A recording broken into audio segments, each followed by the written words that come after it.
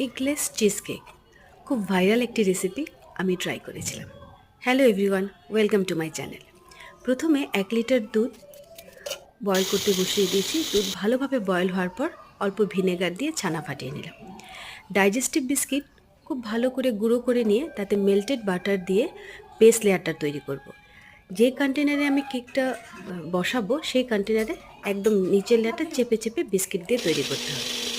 তারপর ছানা, ক্রিম আর condense milk দিয়ে একটা স্মুথ পেস্ট তৈরি করেছি।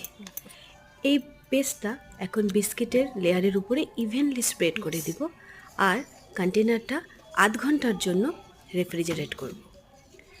ততক্ষণে চকলেট গানাশটা বানিয়ে নিই। ডার্ক কম্পাউন্ড চকলেটের সাথে ক্রিম মিশিয়ে প্রথমে 30 সেকেন্ড মাইক্রোওয়েভ করেছি, একটু মিক্স করে নিয়ে আবারও 30 সেকেন্ড মাইক্রোওয়েভ করেছি। তারপর খুব ভালোভাবে মিক্স করে নিয়েছি। বাস, আমার চকলেট গানাশ তৈরি হয়ে গেছে। বাট গানাশটা একটু ঠান্ডা হতে হবে।